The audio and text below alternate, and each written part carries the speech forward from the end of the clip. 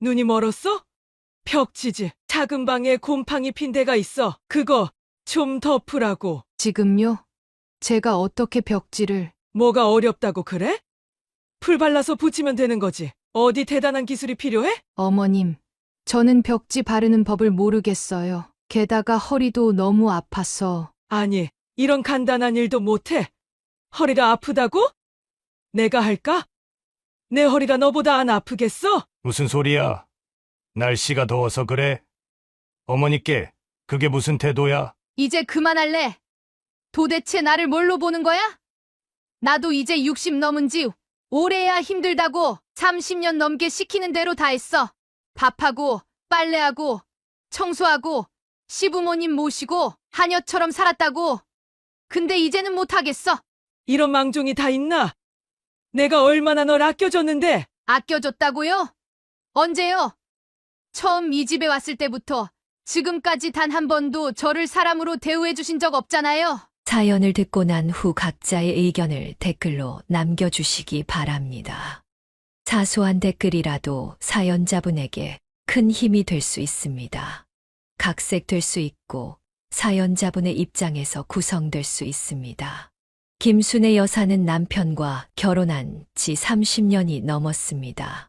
그녀는 60세가 된 지금까지도 시집살이에 시달리고 있었고, 그것은 현재 진행형이었습니다. 하루는 그녀가 부엌에서 설거지를 하며 한숨을 내쉬었습니다. 아이고, 이제 그만 좀 쉬었으면 환갑이 코앞인데 아직도 시집살이라니. 남편은 신문을 보며 무심하게 대답했습니다. 뭘 또 한숨이야? 누구나 다 사는 거지. 우리 어머니도 그렇게 살았잖아. 그녀는 말없이 그릇을 닦았습니다. 지긋지긋한 명절 문화를 없애고 싶었지만 1년에 2번씩 찾아오는 명절은 효자 남편 때문에 피할 수 없었습니다. 여보, 올해는 명절에 애들이랑 여행이나 가면 어때? 우리도 이제 나이가 있잖아. 뭔 소리야? 어머니가 얼마나 기다리시는데 명절에 안 내려가면 효도가 아니지. 김순애 여사는 황혼이혼을 생각할 정도로 지쳐 있었습니다. 최근에 결혼한 아들과 며느리가 자신과 같은 일을 반복하지 않기를 바랐습니다. 저녁을 준비하며 그녀는 아들에게 전화를 걸었습니다. 아들, 잘 지내지? 요즘 며느리는 어때? 엄마, 다들 잘 지내요? 민지는 요새 회사 일이 바빠서 좀 힘들어해요. 그렇구나. 너희는 명절에 꼭 시댁에 가지 않아도 돼. 여행도 가고 신혼집에서 쉬어도 되는 거야. 엄마, 왜 그런 말씀을 하세요? 당연히 인사드려야죠. 아니다. 난 너희가 우리처럼 살지 않았으면 해. 환갑을 바라보는 나이에 그녀는 아직까지 며느리 도리를 강요받고 있었으며 시집에서는 가정부처럼 그녀를 부렸습니다. 모든 음식 준비와 설거지는 기본이고 시집 청소까지 도맡아 했던 지난 35년의 세월 동안 이제는 허리가 아파 병원에 다니는데도 시어머니에게 모욕적인 말을 들어야 했습니다. 전화를 끊고 김순애 여사는 창밖을 바라보았습니다. 꽃이 피는 봄이 오고 있었지만 그녀의 마음은 여전히 겨울이었습니다. 다가오는 명절을 생각하니 벌써부터 가슴이 답답했습니다. 그녀는 물 한 잔을 들이켰습니다. 이번만 참자. 다음엔 꼭 안 갈 거야. 하지만 그런 다짐은 몇 년째 반복되고 있었습니다. 남편은 텔레비전을 보며 웃고 있었고 그녀는 조용히 저녁 준비를 계속했습니다. 창문 너머로 이웃집의 할머니가 산책을 나가는 모습이 보였습니다. 자유롭게 보이는 그 모습이 부러웠습니다. 김순애 여사는 지금도 시어머니를 처음 만났던 그날을 생생히 기억했습니다. 그녀의 시어머니는 강원도 산골 마을에서도 까다롭기로 소문난 인물이었습니다. 처음 인사를 드리러 갔던 날, 남편은 들뜬 목소리로 말했습니다. 어머니가 정말 좋으신 분이야. 너무 긴장하지 마. 하지만 현관문을 열고 들어서는 순간, 그녀는 이상한 분위기를 감지했습니다. 시어머니는 큰아들 부인을 향해 손가락질하며 목소리를 높이고 있었습니다. 이 반찬은 왜 이 모양이야? 내가 몇 번이나 말했어. 소금간은 이렇게 하는 게 아니라니까. 큰동서는 고개를 숙인 채 아무 말도 하지 못했습니다. 김순의 여사는 그 모습을 보며 등줄기에 식은땀이 흘렀습니다. 저녁 식사 내내 시어머니는 큰동서를 향한 잔소리를 멈추지 않았고 그녀는 그 자리에서 굳어버렸습니다. 집으로 돌아오는 길, 약혼자는 어색한 웃음을 지었습니다. 어머니가 오늘 좀 피곤하셨나 봐. 원래는 저러시지 않아. 정말 형님에게 하시는 말씀이 좀 아, 형수님은 좀 소심해서 그래. 어머니가 잘 되라고 하시는 말씀이야. 하지만 김순의 여사는 직감적으로 앞으로의 결혼 생활이 순탄치 않을 것임을 느꼈습니다. 시골에 내려갈 때마다 이웃 주민들이 그녀를 보며 안쓰러운 표정을 짓는 것도 이해할 수 있었습니다. 순애 씨 어머님 모시기 힘들지? 우리 동네에선 다 알아. 저 댁 며느리는 고생한다는 거. 마을 슈퍼 할머니의 말씀에 그녀는 쓴웃음만 지을 뿐이었습니다. 시부모가 며느리를 하인처럼 부리는 게 당연시되던 시절이었지만 그녀의 시어머니는 그 중에서도 특히 심했습니다. 결혼 후 첫 명절, 그녀는 새벽부터 밤늦게까지 부엌에 서 있어야 했습니다. 시어머니는 옆에서 계속 잔소리를 했습니다. 손이 그렇게 느려서 어쩌니? 우리 집은 명절 음식이 많단다. 빨리빨리 해야지. 남편에게 도움을 청했지만 돌아온 것은 한숨뿐이었습니다. 어머니가 원래 그러셔. 내가 뭐 어떡하라고. 좀만 참자. 그 좀만이 30년을 넘어 지금까지 이어졌습니다. 이제 김순의 여사도 60세, 환갑을 바라보는 나이가 되었습니다. 어느 날 거울을 보며 그녀는 자신의 얼굴에 깊게 팬 주름을 발견했습니다. 남편을 사랑해서 시작한 결혼이었지만 지금은 그 선택 자체가 잘못된 것은 아니었는지 의심이 들었습니다. 남편을 바라보면 한때 사랑했던 청년의 모습은 온데간데 없고 그저 어머니 말만 듣는 꼭두각시 같았습니다. 시어머니의 생신날 또다시 강원도로 향하는 차 안에서 그녀는 창밖을 바라보며 생각했습니다. 이 길을 앞으로 얼마나 더 오가야 할까? 뒷자리에서는 손자가 즐겁게 노래를 부르고 있었고 남편은 운전에 집중하고 있었습니다. 그녀의 한숨 소리는 아무도 듣지 못했습니다. 김순의 여사가 시집에서 겪은 고통 중 가장 큰 것은 시아버지의 존재였습니다. 그는 7년 전에 세상을 떠났지만 그의 그림자는 여전히 이 가정을 짙게 들이우고 있었습니다. 그녀는 가끔 옛 사진첩을 보다가 시아버지의 사진이 나오면 몸서리를 쳤습니다.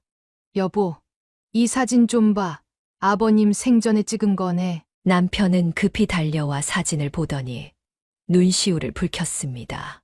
아버지가 참 듬직하셨지. 요즘도 꿈에 자주 뵈신다. 김순의 여사는 속으로 한숨을 내쉬었습니다. 그녀에게 시아버지는 듬직함과는 거리가 먼 존재였습니다. 과거의 기억이 물밀듯 밀려왔습니다. 이 며느리는 뭐 하나 제대로 하는 게 없어. 밥은 왜 이 모양이야? 우리 집안에서 이런 음식 먹어본 적 없다고. 시아버지의 고함 소리는 항상 집안을 뒤흔들었습니다. 3시간 거리의 시골집까지 매달 내려가야 했고 그때마다 그녀는 온갖 비난을 견뎌야 했습니다. 아버지, 순애가 열심히 하는 거예요. 요새 일도 바쁘고. 남편의 변명 같은 말은 늘 시아버지의 분노에 묻혀버렸습니다. 뭐 내가 지금 계집애 편들어? 어디서 배웠어? 그런 버릇은? 너 요즘 집안 어른 공경할 줄 모르는구나. 그러면 남편은 즉시 꼬리를 내렸습니다. 시아버지 앞에서는 아무리 50대 중년 남성이라도 여전히 어린아이 같았습니다. 어느 날 밤 시골집에서 돌아오는 차 안에서 김순의 여사는 용기를 내어 물었습니다. 여보, 우리가 이렇게 살아야 할까? 난 정말 지쳤어. 뭘 또 그래? 부모님 모시는 게 자식된 도리지. 모시는 거랑 학대당하는 건 달라. 난 늘 시집에서 하녀 취급받는 거 몰라? 남편은 핸들을 꽉 쥐며 대꾸했습니다. 난 우리 부모님과 등 돌리고 살 수 없어. 알잖아, 형님도 똑같이 부모님 말씀만 듣잖아. 형제가 똑같아. 다 효자병 걸렸어. 남편이 갑자기 차를 세웠습니다. 그의 눈에는 분노가 서려 있었습니다. 효자병. 그게 뭐야? 부모님 공경하는 게 병이라고? 뭔 친정에도 안 가면서 왜 우리 집에만 그래? 김순의 여사는 말문이 막혔습니다. 부모님은 이미 돌아가셨고 형제자매도 멀리 살고 있었습니다. 그녀에게는 이 가정밖에 없었습니다. 시골집에서는 시숙도 시아버지와 다를 바 없었습니다. 형님이 암으로 세상을 떠난 후 시숙은 더욱 까다로워졌습니다. 명절이면 언제나 김순의 여사만 부엌에 홀로 남겨져 있었습니다. 형님은 운이 좋았어. 먼저 가셔서. 가끔 그런 생각이 들다가도 죄책감에 얼른 마음을 다잡곤 했습니다. 그녀도 알고 있었습니다. 남편의 여동생이 어릴 때 사고로 죽은 뒤 시어머니가 아들들에게 쏟는 집착적인 사랑이 어디서 비롯된 것인지를. 우리 딸이 살아있었으면 지금쯤 30이 넘었을 텐데. 시어머니가 가끔 중얼거리는 말을 들으면서도 그 슬픔이 며느리를 괴롭히는 이유가 될 수는 없다고 생각했습니다.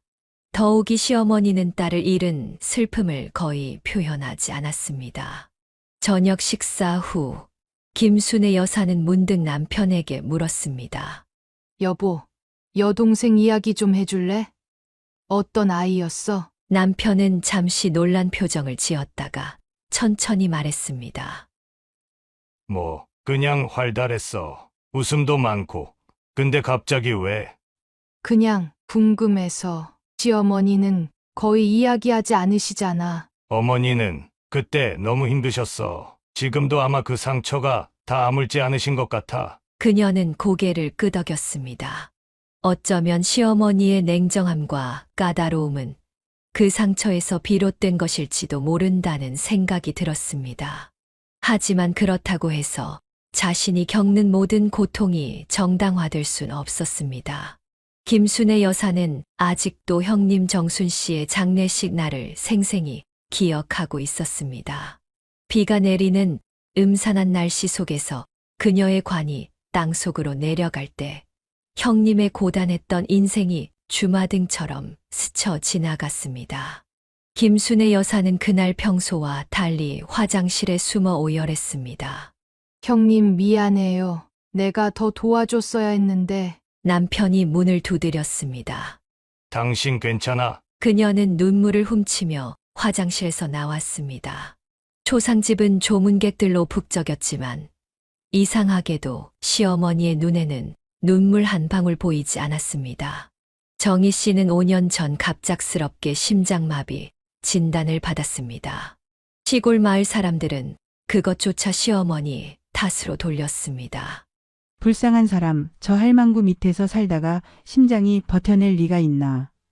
애도 없이 평생 시달림 당하더니 결국 몸이 견디지 못했지. 이런 말들이 동네에 퍼졌지만 시어머니는 모르는 척했습니다. 아니, 어쩌면 알면서도 무시했는지도 모릅니다. 장례식 이틀 후 김순의 여사는 시숙과 우연히 마주쳤습니다. 그의 눈은 충혈되어 있었고 얼굴은 평소보다 더 창백했습니다. 아주버님, 괜찮으세요? 좀 쉬세요. 시숙은 한참을 말없이 앉아 있다가 겨우 입을 열었습니다. 내가 정의를 더 챙겨줬어야 했는데. 어머니 모시느라 늘 바빴다는 핑계로 그 말에 김순의 여사의 가슴이 아팠습니다. 시숙도 남편과 똑같은 효자병을 앓고 있었습니다. 부모님만 우선시하느라 정작 자기 배우자는 돌보지 못했던 것입니다. 어느 날 저녁 남편과 함께 차를 타고 가다가 김순의 여사는 조심스럽게 물었습니다. 여보, 형님이 돌아가시고 아주버님 많이 힘들어 하시더라. 그럼 30년 넘게 함께 산 사람인데 근데 생각해 본 적 있어? 형님이 왜 그렇게 일찍 가셨는지. 남편은 운전대를 꽉 쥐었습니다. 갑자기 왜 그런 얘기를 해? 사람이 다 때가 되면 가는 거지.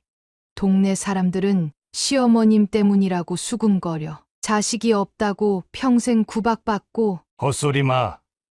우리 어머니가 그렇게 나쁜 사람이야. 그녀는 더 이상 말하지 않았습니다. 남편은 결코 이해하지 못할 것이었습니다. 장례식 후 한 달이 지났을 때 김순애 여사는 시어머니가 정희 씨의 방을 뒤지는 것을 발견했습니다. 어머님, 뭐 하세요? 아, 온 김에 좀 정리하려고. 이제 필요 없는 물건들이니까. 그 말에 김순애 여사는 가슴이 철렁 내려앉았습니다. 정희 씨가 세상을 떠난 지 겨우 한 달밖에 되지 않았는데 시어머니는 마치 집안 청소하듯 그녀의 흔적을 지우려 했습니다. 좀 더 기다려도 되지 않을까요? 아직 형님도 마음을 정리하지 못하셨을 텐데. 뭘 그렇게 오래 끌어? 사람이 가면 물건도 정리해야지. 이게 다 차지하고 있으면 어떡해. 김순애 여사는 조용히 방을 나왔습니다. 시어머니에게는 며느리가 그저 집안일을 하는 도구일 뿐이었습니다. 죽어서도 평안히 쉬지 못하는 정희 씨가 불쌍했습니다. 집으로 돌아가는 길, 그녀는 남편에게 말했습니다. 난 죽어도 너희 집 묘지에 묻히기 싫어. 남편은 놀란 표정으로 그녀를 바라보았습니다. 갑자기 무슨 소리야? 형님처럼 살다가 형님처럼 죽고 싶지 않아. 내가 언제 죽든 내 고향에 묻어줘. 그날 밤 김순애 여사는 꿈에서 정희 씨를 만났습니다. 꿈속에서 정희 씨는 웃고 있었습니다. 그 모습이 너무 평화로워 보여서 오히려 더 슬펐습니다. 자식이 없어 평생 구박받으며 살았던 정희 씨. 60대의 젊은 나이에 세상을 떠난 그녀를 생각하며 김순애 여사는 자신의 삶도 되돌아보게 되었습니다. 김순애 여사의 평온했던 일상은 어느 화요일 오후 갑작스러운 전화벨 소리와 함께 깨졌습니다. 그녀가 전화를 받자마자 시어머니의 날카로운 목소리가 수화기를 타고 흘러나왔습니다. 순애야, 호연이가 다음 달에 결혼한데 너는 알고 있었니? 김순애 여사는 잠시 당황했습니다. 아들이 결혼 이야기를 꺼낸 적은 있었지만 이렇게 급작스럽게 진행될 줄은 몰랐습니다. 네. 호연이가 여자친구 있다고는 했는데 결혼 날짜까지 정했다고는. 시어머니의 목소리가 더욱 날카로워졌습니다. 이게 무슨 소리야? 내 손자가 결혼한다는데 왜 소식이 없어? 너희들 다 알고 있으면서 나만 모르게 하는 거야? 아니에요. 어머님 저도 방금 알았어요. 호연이한테 물어볼게요. 물어보긴 뭘 물어봐. 이번 주말에 당장 내려와. 결혼 준비 얘기도 해야 하고 집안 어른으로서 내가 봐야지. 김순애 여사는 한숨을 삼키며 대답했습니다. 호연이가 바쁘다고 하면 어떡하죠? 요즘 병원에서 환자들이 많아서. 바쁘다고? 그런 핑계가 어디 있어? 결혼은 집안 어른 허락 받고 해야지. 당장 내려오라고 해. 전화가 갑자기 끊겼습니다. 김순애 여사는 한참 동안 멍하니 전화기를 바라보았습니다. 이런 상황을 너무 잘 알고 있었기에 마음이 무거웠습니다. 남편이 퇴근하자마자 그녀는 상황을 설명했습니다. 여보, 어머님이 호연이 결혼 얘기 듣고 주말에 내려오라셔. 남편은 즉시 휴대폰을 꺼내 아들에게 전화를 걸었습니다. 호연아, 이번 주말에 할머니 뵈러 가자. 내 결혼 얘기 때문에 할머니가 보자고 하셔. 아들의 목소리가 조금 망설이는 듯했습니다. 아빠, 이번 주말엔 당직이라 못 가요. 다음 주는. 무슨 소리야? 할머니가 기다리시는데 당직 받고 의사라고 그 정도 못해? 김순애 여사는 남편의 강압적인 태도에 가슴이 아팠습니다. 그녀는 수십 년간 겪었던 시집살이의 굴레가 이제 예비 며느리에게도 씌워질 것을 직감했습니다. 주말이 되자 김순애 여사 부부는 아들과 예비 며느리 민지를 데리고 강원도 시골집으로 향했습니다. 차 안에서 민지는 조용히 창밖을 바라보고 있었습니다. 민지야, 우리 시어머님이 좀 까다로우실 수 있어.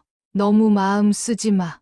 김순애 여사가 조심스럽게 말했지만 그녀의 경고는 현실에 비하면 너무나 약한 것이었습니다. 시골집에 도착하자마자 시어머니는 민지를 훑어보며 말했습니다. 이렇게 말랐어? 우리 집안은 자식 낳기 힘들었는데 너는 괜찮겠어? 민지의 얼굴이 창백해졌고 호연은 불편한 기색을 감추지 못했습니다. 저녁 준비 시간, 시어머니는 민지를 부엌으로 불러 이것저것 시키기 시작했습니다. 저기 상추 씻어서 놔라. 김순애 여사가 막으려 했지만 시어머니는 들은 척도 하지 않았습니다.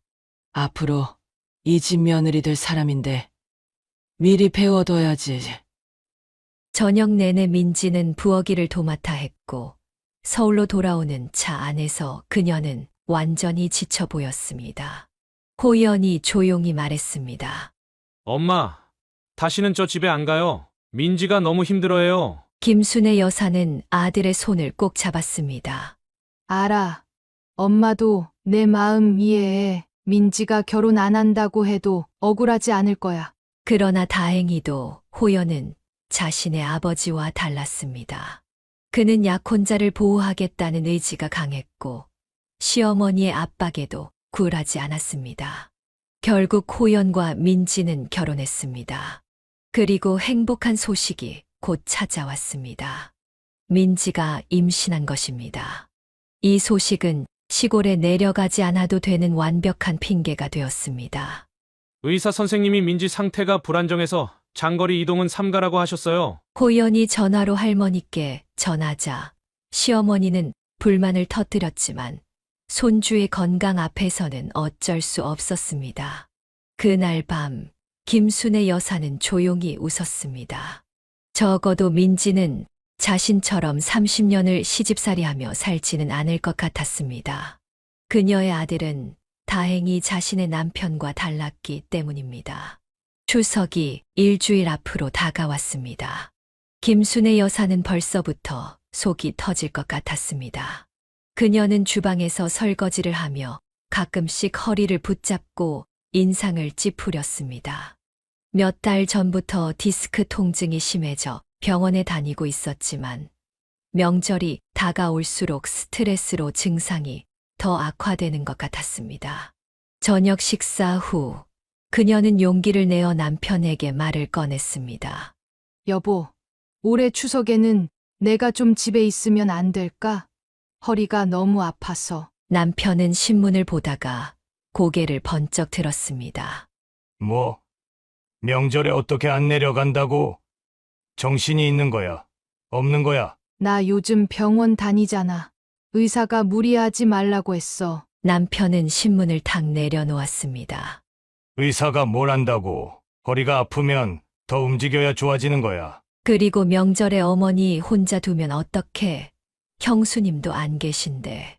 김순애 여사는 한숨을 깊게 내쉬었습니다. 내 나이 60도 훨씬 넘었어. 솔직히 힘들어. 명절마다 내려가는 것보다 평소에 가끔씩 찾아뵙는 게 어떨까? 평소에도 충분히 내려가잖아. 어머니 생신, 어버이날, 제사, 명절은 1년에 딱 2번뿐인데 그거마저 안 가겠다고? 그녀는 반박하려다가 이내 포기했습니다. 30년 넘게 같은 말싸움을 해왔지만 결과는 항상 같았습니다. 남편은 자신의 어머니를 위해서라면 아내의 건강쯤은 신경 쓰지 않았습니다. 명절 전날 김순애 여사는 새벽부터 일어나 음식을 준비했습니다. 한우 갈비, 과일, 떡 등을 바리바리 싸서 차 트렁크에 실었습니다. 남편은 기분이 좋은지 콧노래를 부르며 운전석에 앉았습니다. 어머니가 얼마나 좋아하실까? 오랜만에 갈비 사들고 가니 그녀는 말없이 조수석에 앉았습니다. 3시간의 고속도로 주행 동안 그녀는 점점 가까워지는 시골집을 생각하며 불안감이 커졌습니다.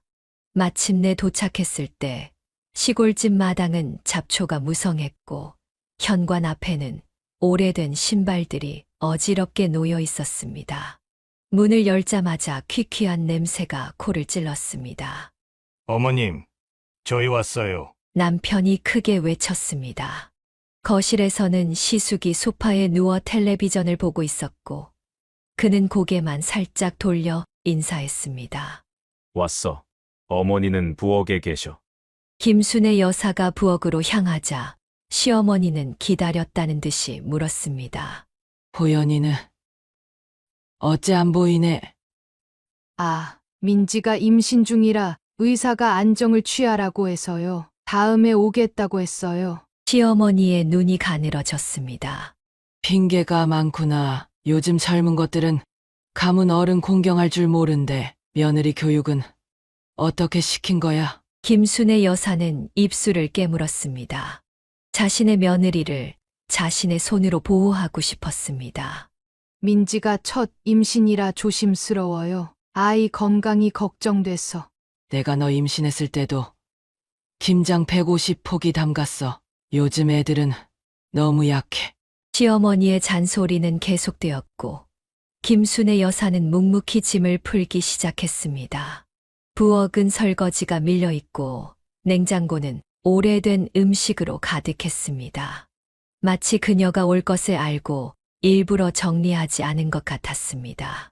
순애야, 냉장고 좀 정리하고 저녁 준비해라. 애들 왔으니 뭐라도 잘 해줘야지. 김순의 여사는 무거운 한숨을 삼키며 고무장갑을 꼈습니다. 허리 통증이 다시 찾아왔지만 아무도 그녀의 고통에 관심을 가지지 않았습니다. 남편은 어머니와 웃으며 대화를 나누고 있었고 시숙은 여전히 텔레비전 앞에 앉아 있었습니다. 그녀 혼자 부엌에서 분주히 움직이며 생각했습니다. 저녁을 준비하며 그녀는 문득 자신의 인생이 어떻게 이렇게 되었는지 의문이 들었습니다. 왜 남편은 한 번도 그녀의 편이 되어주지 않았을까? 왜 그녀는 이 굴레에서 벗어나지 못했을까? 창밖으로 석양이 지고 있었습니다. 그녀는 잠시 손을 멈추고 그 붉은 빛을 바라보았습니다. 마치 그녀의 삶처럼 오늘도 서서히 저물어가고 있었습니다. 김순의 여사의 시골집에서의 하루는 새벽부터 시작되었습니다. 아직 해도 뜨지 않은 이른 아침, 시어머니가 일부러 그릇을 부딪히는 소리에 잠에서 깼습니다. 그녀는 허리 통증을 느끼며 천천히 몸을 일으켰습니다. 옆에서는 남편이 코를 골며 깊은 잠에 빠져 있었습니다.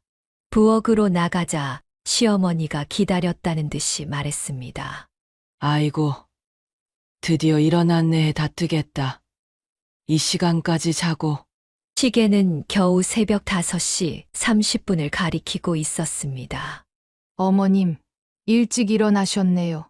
제가 뭐부터 도와드릴까요? 우선 이 냉장고 좀 정리해. 너희가 가져온 갈비랑 음식들 넣을 자리가 없어. 김순의 여사는 가지고 온 아이스박스를 열고 한우 갈비와 과일들을 꺼냈습니다. 그러나 시어머니가 말한 대로 냉장고는 이미 오래된 반찬통과 음식물로 가득 차 있었습니다. 이걸 다 버려도 될까요? 유통기한이 한 달 지났는데. 버리긴 뭘 버려. 아직 먹을 수 있어. 그냥 구석에 밀어 넣어. 한숨을 삼키며 김순의 여사는 꽉 찬 냉장고를 무리해서 정리했습니다. 그런 다음에는 바로 아침 식사 준비에 들어갔습니다.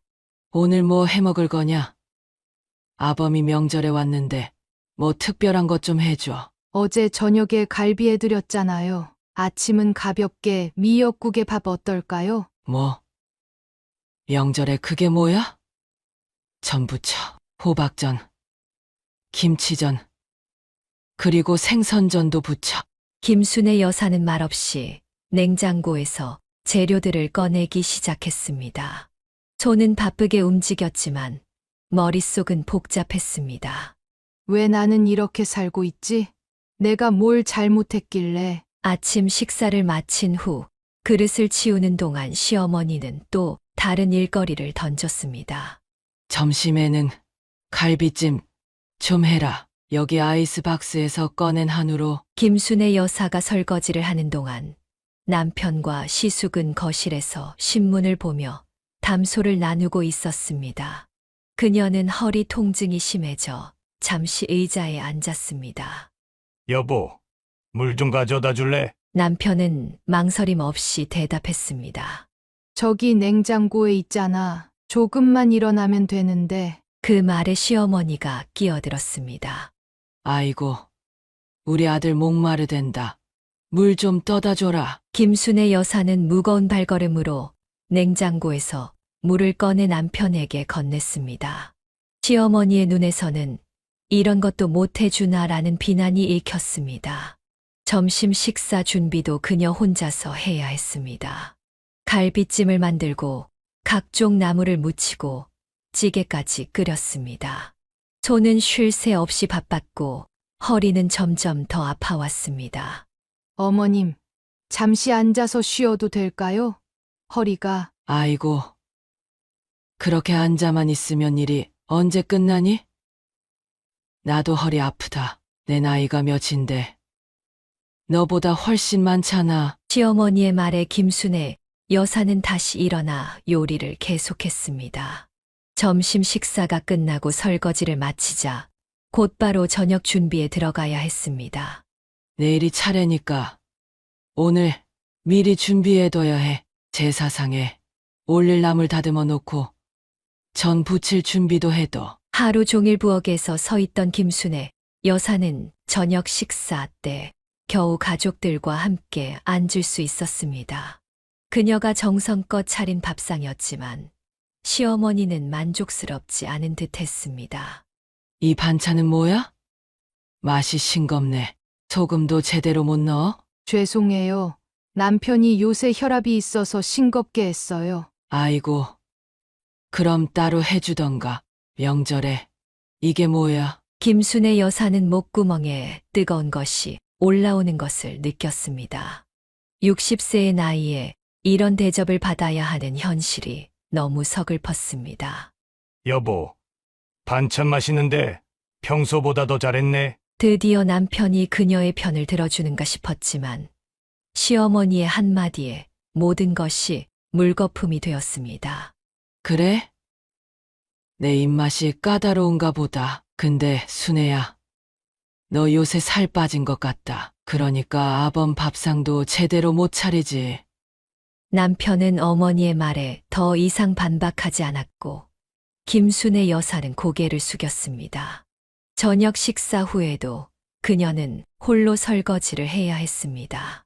남편은 형과 함께 옛날 이야기를 나누며 웃고 있었고 시어머니는 텔레비전을 보고 있었습니다. 밤이 깊어 겨우방으로 들어간 김순애 여사는 이불 위에 쓰러지듯 누웠습니다. 남편이 방에 들어와 물었습니다. 왜 그래? 많이 피곤해. 응. 허리가 너무 아파. 그래도 어머니가 좋아하시잖아. 우리가 왔다고. 김순애 여사는 대답하지 않았습니다. 어머니는 좋아하실지 몰라도 나는 점점 죽어가고 있어. 그녀는 속으로 생각했습니다. 하지만 그런 말을 입 밖으로 내뱉을 용기는 없었습니다. 결국 그날도 언제나처럼 모든 것을 삼키고 눈을 감았습니다. 차례 당일 김순애 여사는 전날의 고된 준비와 늦은 취침으로 한숨도 자지 못한 것 같았습니다. 그런데도 남편과 시숙, 시어머니와 다르게 그녀만 새벽부터 일어나야 했습니다. 부엌에서 들려오는 냄비 소리가 의도적으로 그녀를 깨우는 신호음이었습니다.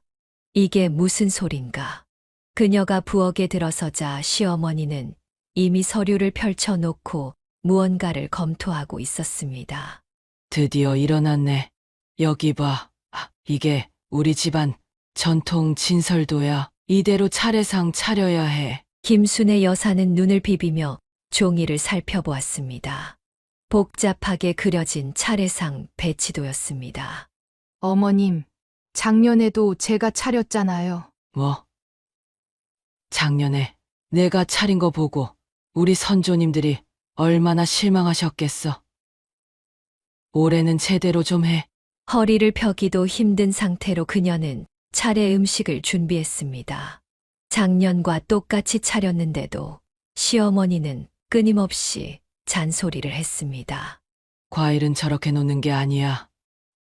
조상님께 이런 무례가 어디 있어? 어머님, 작년에도 이렇게 놨는데요. 내가 잘못 기억하는 거야. 나이 먹더니. 기억력도 떨어지나? 김순의 여사는 입술을 깨물었습니다. 시어머니가 내민 종이에도 분명히 과일은 지금 자신이 놓은 대로 배치하게 되어 있었습니다. 하지만 말대꾸는 상황을 더 악화시킬 뿐이었습니다. 마침내 차례상이 완성되었을 때 남편과 시숙이 방에서 나왔습니다. 두 사람은 상을 보며 만족스럽게 고개를 끄덕였습니다. 어머니, 상이 참 좋네요. 시숙의 말에 시어머니는 자랑스럽게 웃었습니다. 그럼 내가 아침부터 준비했지. 김순의 여사는 뒤에서 눈을 크게 떴습니다. 시어머니는 지시만 했을 뿐 손 하나 까딱하지 않았던 것을 누구보다 잘 알고 있었습니다. 하지만 그저 묵묵히 따뜻한 물을 떠다 드릴 뿐이었습니다. 차례가 시작되었고 남편과 시숙은 정중하게 절을 올렸습니다. 김순의 여사는 제사 내내 뒤에서 서서 술을 따르고 음식을 나르는 역할만 했습니다. 어쩌다 남편이 그녀를 돌아보며 미소를 지었지만 그것은 아내에 대한 감사보다는 차례가 원활하게 진행되는 것에 대한 안도감으로 보였습니다. 형님, 이제 삼원하셔야죠. 남편의 말에 시숙이 다시 절을 했습니다. 김순의 여사는 뒤에서 쟁반을 들고 기다렸습니다. 이 집에서 그녀는 가족의 일원이 아닌 일꾼 같은 존재라는 느낌이 강하게 들었습니다. 차례가 끝나고 모두가 가벼운 다과를 즐기는 동안 김순의 여사는 홀로 차례상을 치웠습니다. 설거지는 그녀의 몫이었고 남편과 시숙은 거실에서 옛날 이야기를 나누고 있었습니다. 이거 받아. 갑자기 시어머니가 나타나 김순의 여사에게 무언가를 내밀었습니다. 약봉지였습니다. 이거 허리에 좋다더라. 그 순간 김순의 여사는 잠시 당황했습니다. 시어머니가 자신의 허리 상태를 신경 써준 것이 처음이었습니다. 감사합니다, 어머님. 하지만 다음 순간 시어머니의 말이 그녀의 마음을 다시 얼어붙게 했습니다. 설거지 끝나면 마당도 좀 쓸어. 작년보다 더럽네. 뜨거운 물에 장시간 손을 담그다 보니 손가락이 주름져 있었습니다. 설거지를 하면서 문득 자신의 처지가 서글퍼졌습니다. 이제 환갑을 앞둔 나이에도 여전히 이렇게 시집살이를 하고 있다니. 여보, 허리 괜찮아? 남편이 부엌에 들어와 물었습니다. 김순의 여사는 잠시 희망을 품었습니다. 혹시 도와주려는 걸까? 많이 아파. 너무 오래 서 있어서. 그래? 내가 어머니한테 물어볼게. 어머니가 좋은 약 알고 있을지도 모르지? 그녀의 희망은 순식간에 물거품이 되었습니다. 남편은 도울 생각은 전혀 없었고 단지 어머니에게 다시 물어보겠다는 것뿐이었습니다. 허리를 짚으며 힘겹게 마지막 그릇을 닦았을 때 김순의 여사의 마음속에는 분노가 끓어올랐습니다. 이건 가족이 아니었습니다. 그녀는 그저 이 집의 하인에 불과했습니다. 김순의 여사는 설거지를 마치고 간신히 의자에 주저앉았습니다. 온몸이 쑤시고 아팠습니다. 특히 허리는 찌르는 듯한 통증이 계속되었습니다. 그녀는 잠시 눈을 감고 깊게 숨을 들이쉬었습니다. 잠시라도 쉬고 싶었습니다. 그때 시어머니가 무언가를 들고 부엌으로 들어왔습니다. 김순의 여사는 눈을 떴고 시어머니의 손에 들린 것을 보고 눈을 의심했습니다. 벽지 요리였습니다. 순애야, 이거 좀 발라줘. 김순의 여사는 어리둥절해서 벽지를 바라보았습니다. 이게 뭐예요, 어머님? 눈이 멀었어? 벽지지. 작은 방에 곰팡이 핀 데가 있어. 그거 좀 덮으라고. 지금요? 제가 어떻게 벽지를. 시어머니는 눈을 흘겼습니다. 뭐가 어렵다고 그래? 풀 발라서 붙이면 되는 거지. 어디 대단한 기술이 필요해? 김순애 여사는 고개를 저었습니다. 그녀의 손은 설거지로 인해 이미 주름지고 갈라져 있었습니다. 허리는 만져도 아프고 머리는 지끈지끈 울렸습니다. 어머님, 저는 벽지 바르는 법을 모르겠어요. 게다가 허리도 너무 아파서. 아니, 이런 간단한 일도 못해. 허리가 아프다고? 내가 할까? 내 허리가 너보다 안 아프겠어? 시어머니의 말은 날카롭게 그녀의 가슴을 찔렀습니다. 김순애 여사는 마음속에서 분노가 끓어오르는 것을 느꼈습니다. 30년 넘게 시집살이를 하면서 시어머니의 모든 요구를 들어주고 살았지만 이건 너무했습니다. 저는 벽지 공사는 못해요. 남편한테 부탁하세요. 뭐라고? 남자한테 그런 거 시키라고? 말 대꾸하는 거야, 지금? 시어머니의 얼굴이 붉게 변했습니다. 그때 남편이 부엌으로 들어왔습니다. 무슨 일이야? 왜 이렇게 시끄러워? 시어머니가 즉시 아들에게 하소연했습니다. 야, 내 마누라가 이렇게 말 대꾸를 해. 작은 방 벽지 좀 발라달라고 했더니 못한다네. 요즘 며느리들은 다 이래? 남편은 한숨을 쉬며 아내를 바라보았습니다.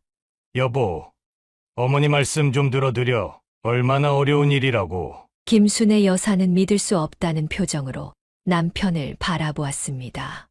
그녀의 손은 떨리기 시작했고 가슴 속에서는 용암처럼 분노가 끓어올랐습니다. 너도 할 수 있잖아. 왜 나한테만 시켜?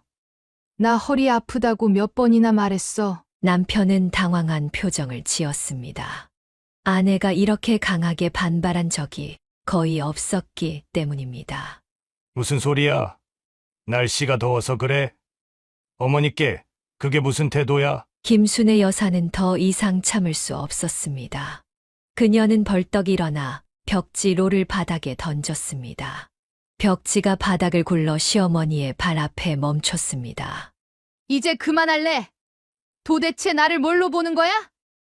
나도 이제 60 넘은지 오래야 힘들다고. 시어머니와 남편은 놀란 표정으로 그녀를 바라보았습니다. 김순애 여사의 눈에서는 눈물이 흘러내렸습니다. 30년 넘게 시키는 대로 다 했어.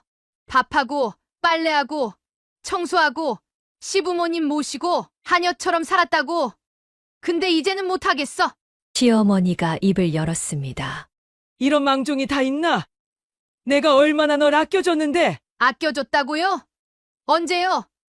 처음 이 집에 왔을 때부터 지금까지 단 한 번도 저를 사람으로 대우해 주신 적 없잖아요. 시어머니의 얼굴이 창백해졌습니다. 남편은 아내의 팔을 잡으려 했지만 김순애 여사는 그의 손을 뿌리쳤습니다. 나 더 이상 이러고 싶지 않아. 환갑도 다 된 나이에 벽지 바르라고? 너희 집 하녀가 아니라고. 여보, 진정해. 어머니 앞에서. 왜? 어머니 앞이라서 내가 참아야 해. 내가 죽을 때까지 이렇게 살아야 한다고 생각해. 김순애 여사는 부엌을 나와 방으로 향했습니다. 그녀는 서랍에서 휴대폰과 지갑만 꺼내 가방에 넣었습니다.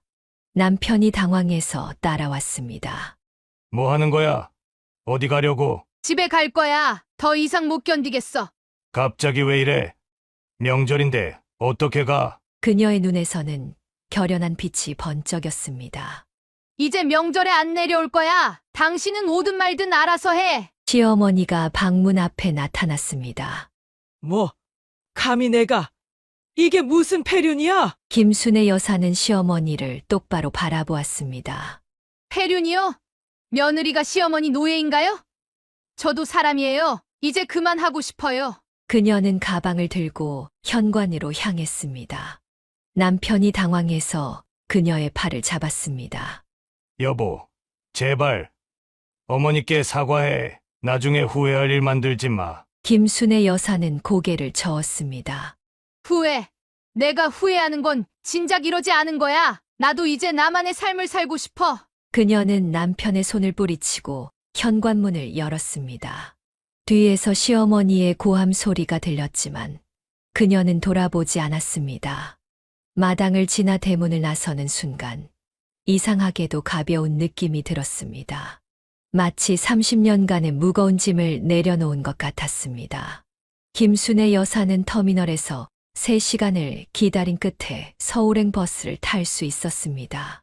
그녀는 창가에 앉아 흘러가는 강원도의 산세를 바라보았습니다. 휴대폰은 진동이 멈추지 않았지만 그녀는 한 번도 꺼내보지 않았습니다. 마음속 깊은 곳에서 무언가가 끊어지는 느낌이 들었습니다.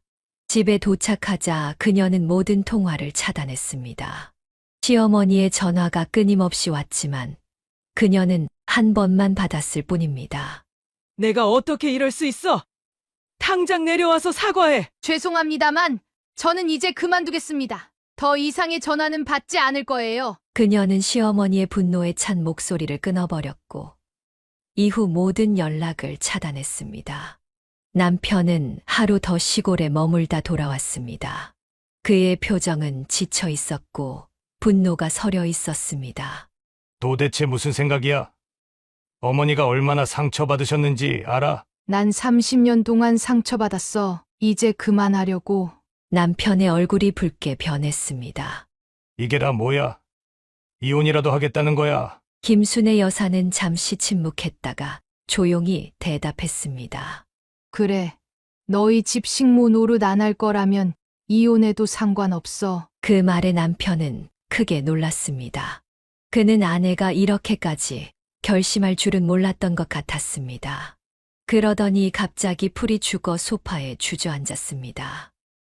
당신 진짜 날 버리겠다는 거야? 버린다기보다는 나를 찾으려는 거야. 60년 살면서 30년을 남의 집 하녀처럼 살았어. 이제는 김순애로 살고 싶어. 다음 날 김순애 여사는 이혼 서류를 준비했습니다. 남편이 그것을 보고 경악했지만 그녀의 눈빛은 바뀌지 않았습니다. 결국 남편은 더 이상 그 이야기를 꺼내지 않았고 마치 금기어가 된 것처럼 두 사람 사이에서 이혼 이야기는 사라졌습니다. 시간이 흘러 1년 후 며느리 민지가 아들을 낳았습니다. 호연과 민지는 추석에 김순애 여사의 집에 오겠다고 전화했습니다. 어머니, 이번 추석에 손자 데리고 찾아뵐게요. 오지 마, 민지야. 네. 왜요? 추석은 여행 가기 좋은 날이야. 나도 제주도 갈 거고. 너희도 호연이랑 아기 데리고 좋은 데 가서 쉬어. 하지만 명절인데. 명절이 뭐 특별해? 그냥 쉬는 날이지. 너도 이제 시집살이 하지 말고 너희 가족끼리 행복하게 지내. 전화를 끊고 김순애 여사는 만족스럽게 웃었습니다. 민지에게 자신과 같은 고통을 물려주지 않을 수 있어 기뻤습니다. 그로부터 한 달 후 시아버지의 제사가 있었습니다. 남편이 함께 가자고 애원했지만 그녀는 단호하게 거절했습니다. 난 안 갈 거야. 당신 혼자 가. 남편은 결국 혼자 시골로 내려갔고 그날 저녁부터 시어머니와 남편의 전화가 폭주했습니다. 하지만 김순애 여사는 전화기를 꺼버렸습니다. 다음 날 돌아온 남편은 피곤한 표정으로 웃기 같은 소식을 전했습니다. 어머니가 제사상을 거의 못 차렸어. 황태포 몇 개에 과일 몇 개, 시장에서 사온 나물 몇 가지가 전부였대. 김순애 여사는 냉소적으로 웃었습니다. 그럼 다음부터는 제사도 명절도 없어지겠네. 그 말에 남편이 얼굴을 붉히며 화를 냈습니다. 당신이 가서 해주면 되잖아. 그게 뭐가 어려워? 내가 왜? 평생 했잖아. 이제는 당신이 하든지, 당신 어머니가 하든지 해. 난 이제 그만. 남편은 정말 화가 났지만 김순애 여사가 이혼 서류 파일을 슬쩍 들어보이자 입을 다물었습니다. 그 후로 시집 이야기는 완전히 금기가 되었습니다. 시간이 지나자 놀랍게도 시어머니가 남편을 통해 화해의 손길을 내밀었습니다. 어머니가 손자도 보고 싶으시대. 한 번만 내려가면 안 될까? 안 돼. 손자 보고 싶으면 어머니가 올라오시라고 해. 그 말에 남편은 더 이상 강요하지 못했고 점점 김순애 여사의 눈치를 보게 되었습니다. 30년간의 권력 관계가 뒤바뀐 것입니다. 이제 김순애 여사는 60대의 황금기를 맞이했습니다. 그녀는 취미 생활을 시작했고 친구들과 여행을 다니며 그동안 억눌러 왔던 자신의 삶을 찾아가고 있었습니다. 남편도 점차 변하기 시작했습니다. 그는 이제 집안일을 돕고 아내를 배려하는 법을 배우고 있었습니다. 그녀는 따뜻한 차를 한 모금 마셨습니다. 이제 그녀의 얼굴에는 편안함과 자유로움이 묻어났습니다. 한 번뿐인 인생, 남은 시간만큼은 자신을 위해 살기로 결심한 그녀의 선택은 옳았습니다. 두 번째 사연입니다. 김소희 씨는 평범한 중산층 가정에서 태어났습니다. 그녀의 부모님은 맞벌이를 하느라 항상 바빴고, 그래서 할머니가 소희와 오빠를 거의 키웠습니다. 출근 준비로 분주한 아침 시간, 부모님 대신 할머니가 소희의 머리를 빗어주고 등교 준비를 도왔습니다. 학교가 끝나고 집에 돌아오면 할머니는 항상 따뜻한 미소로 그녀를 맞이했습니다. 소희야, 학교 어땠어? 할머니가 내가 좋아하는 고구마 찐 거 있단다. 가방 내려놓고 먹어볼래? 소희는 할머니가 준비한 간식을 먹으며 학교에서 있었던 일들을 신나게 얘기했습니다. 그녀에게 할머니의 부엌은 세상에서 가장 안전하고 편안한 곳이었습니다. 할머니, 오늘 미술 시간에 선생님이 제 그림 제일 잘 그렸다고 칭찬해 주셨어요. 우리 소희가 그림도 잘 그리는구나. 할머니는 소희가 하는 모든 게 다 자랑스럽단다. 저녁 시간이 되면 세 사람은 작은 밥상에 둘러앉아 함께 식사를 했습니다.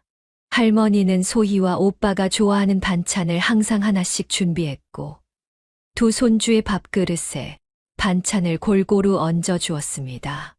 부모님이 야근으로 늦게 들어오는 날이면 할머니는 소희와 오빠에게 옛날 이야기를 들려주었습니다. 소희는 할머니의 무릎을 베고 누워 그 이야기에 푹 빠져들곤 했습니다. 옛날 옛적에 착한 마음씨를 가진 소녀가 살았단다. 그 소녀는 우리 소희처럼 똑똑하고 예뻤지. 잠자리에 들 시간이 되면 할머니는 두 손주를 따뜻한 이불 속에 눕히고 자장가를 불러주었습니다. 그녀의 목소리는 비록 떨리고 나이 들었지만 소희에게는 가장 아름다운 음악이었습니다. 우리 소희 자장자장. 깊은 잠에 들거라. 할머니가 지켜줄게. 사랑스런 우리 아가. 주말이면 할머니는 소희와 오빠를 데리고 근처 공원으로 산책을 나갔습니다. 그녀는 비록 걸음이 느렸지만 손주들의 손을 꼭 잡고 자연의 아름다움을 가르쳤습니다. 할머니, 저 꽃 이름이 뭐예요? 그건 민들레란다. 씨앗이 바람을 타고 날아가서 어디든 새 생명을 피울 수 있지. 소희도 그렇게 어디서든 활짝 피어날 거야. 이런 일상이 모여 소희의 어린 시절을 채웠습니다. 그녀는 비록 부모님과 함께하는 시간은 적었지만 할머니의 넘치는 사랑 속에서 행복하게 자랐습니다. 할머니는 그녀에게 인생의 지혜와 타인을 배려하는 마음을 가르쳐 주었습니다. 소희가 자라면서 할머니의 주름진 손과 구부정한 허리가 모두 자신과 오빠를 위한 희생이었음을 조금씩 깨닫기 시작했습니다. 그 깨달음은 소희의 마음 속에 깊은 감사함으로 자리 잡았습니다. 할머니의 사랑은 소희 가족의 든든한 기둥이었고, 그녀의 따뜻한 품은 언제나 소희가 돌아갈 수 있는 안전한 피난처였습니다. 소희가 중학교에 입학한 그 해봄, 그녀의 가족에게 갑작스러운 불행이 닥쳤습니다. 평소와 다름없이 퇴근길에 오르던 소희의 어머니가 횡단보도를 건너다 신호를 무시하고 달려온 차에 치이는 큰 사고를 당했습니다. 다행히 목숨은 건졌지만 머리를 심하게 다쳐 지적장애 2급 판정을 받게 되었습니다. 병원 회의실에서 의사의 설명을 듣던 소희의 아버지는 망연자실한 표정으로 고개를 떨구었습니다. 앞으로도 기본적인 의사소통은 가능하지만 기억력 저하와 판단력 부족 문제가 지속될 겁니다. 가족들의 세심한 보살핌이 필요합니다. 집으로 돌아온 후 아버지는 자신을 탓하며 괴로워했습니다. 내가 능력이 있었다면 당신이 일하러 나가지 않아도 됐을 텐데, 이런 일도 없었을 텐데. 사고 이후 어머니는 겉으로 보기에는 크게 달라진 것이 없었지만 생활 곳곳에서 변화가 나타났습니다. 요리를 하다가 가스불을 끄지 않고 자리를 비우거나 같은 질문을 하루에도 수십 번씩 반복하기도 했습니다. 무엇보다 고집이 세져서 한 번 마음먹은 일은 남의 말을 들으려 하지 않았습니다. 그럴 때마다 할머니는 놀라운 인내심으로 소희의 어머니를 돌보았습니다. 가스불 꺼야 하는 거 잊었구나. 괜찮아. 내가 껐으니 걱정 말아라. 다음엔 메모라도 써놓을까? 아, 메모요 좋은 생각이네요. 근데 왜 가스불을 꺼야 한다고 했죠? 화재 위험이 있으니까. 사용 후엔 꼭 꺼야 해요. 우리 가족 안전이 제일 중요하잖아요. 소희는 갑자기 변해버린 어머니를 보며 혼란스러웠습니다. 예전에는 자신을 꼭 안아주고 학교 이야기를 재미있게 들어주던 어머니가 이제는 간단한 일상 대화도 자주 잊어버리는 모습이 낯설었습니다. 한 번은 어머니가 감기에 심하게 걸렸는데도 병원 가기를 완강히 거부했습니다. 온 가족이 설득해도 소용이 없었습니다. 싫어요. 병원 가면 주사 맞을지도 모르고 그냥 집에서 쉬면 나아질 거예요. 소희의 오빠가 할머니에게 도움을 청했고 할머니는 특유의 부드러운 방식으로 접근했습니다. 빨리 나아야 소희랑 나들이도 가고 맛있는 것도 먹으러 갈 수 있을 텐데. 그리고 그렇게 기침하면 아이들한테 옮길 수도 있어요. 우리 함께 병원 가는 게 어떨까요? 결국 할머니의 따뜻한 설득에 어머니는 마음을 돌렸고 적절한 치료를 받을 수 있었습니다. 이 일을 계기로 소희는 할머니의 지혜와 인내심에 더 큰 존경심을 갖게 되었습니다. 아버지는 퇴근 후 이 상황을 알게 되었을 때 할머니에게 깊이 감사했습니다. 어머님, 정말 감사합니다. 제가 집에 없는 동안 이렇게 신경 써주시고 죄송한 마음뿐입니다. 무슨 소리예요? 내 며느리가 내 딸이나 다름없는데 당연히 챙겨야지. 아픈 사람을 따뜻하게 보살피는 게 가족이 할 일 아니겠어요? 할머니의 이러한 헌신은 소희에게 깊은 인상을 남겼습니다. 어려운 상황에서도 포기하지 않고 가족을 지키는 할머니의 모습은 소희가 살아가는데 중요한 본보기가 되었습니다. 소희는 점차 변화된 가정환경에 적응해 갔습니다. 학교에서 돌아오면 어머니의 상태를 먼저 살피고 할머니의 집안일을 돕는 것이 일상이 되었습니다. 어린 나이에 갑자기 찾아온 책임감이 때로는 버겁게 느껴졌지만 가족 모두가 서로를 위해 노력하는 모습 속에서 그녀는 진정한 가족의 의미를 배워갔습니다. 대학교 입학을 앞둔 소희에게 할머니의 건강 상태는 점점 더 큰 걱정거리가 되었습니다.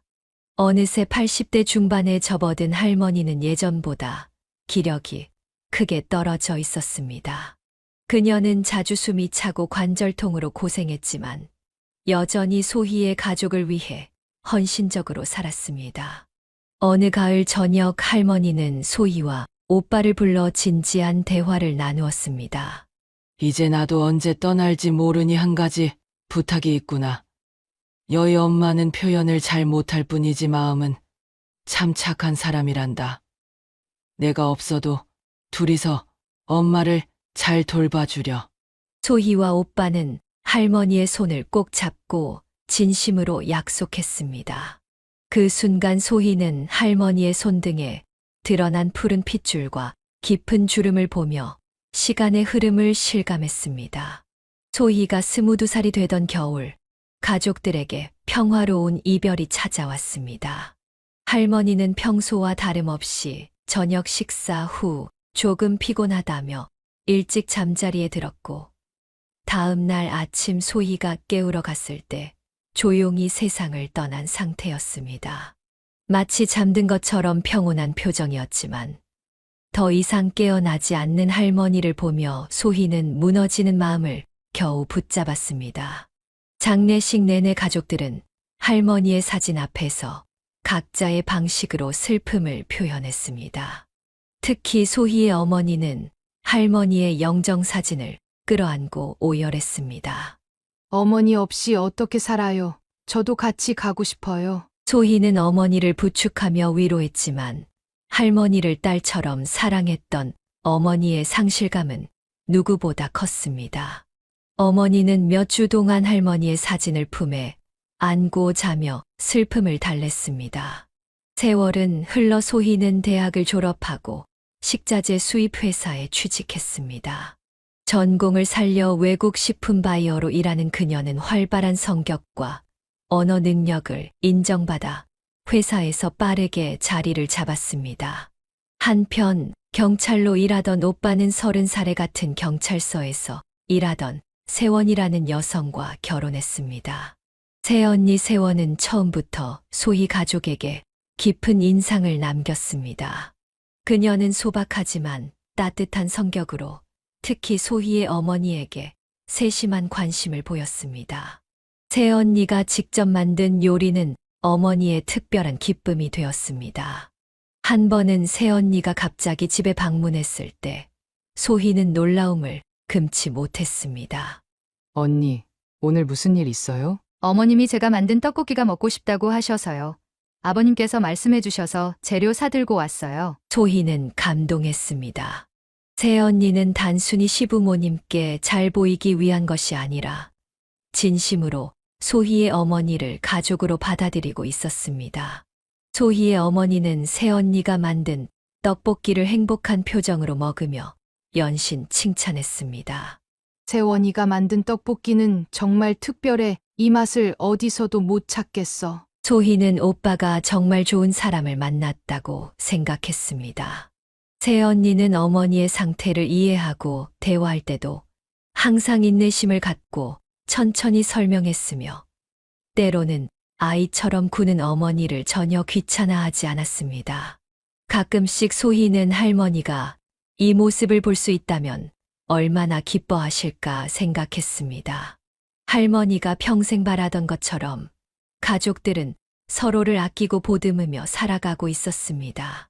특히 새언니 세원의 등장은 소희 가족에게 새로운 활력을 불어넣었고 할머니의 빈자리를 조금이나마 채워주는 듯 했습니다. 소희는 종종 할머니의 사진을 바라보며 가족의 소식을 속삭이곤 했습니다. 비록 육체적으로는 떠났지만 할머니의 사랑과 가르침은 여전히 소희 가족의 중심에 살아 있었습니다.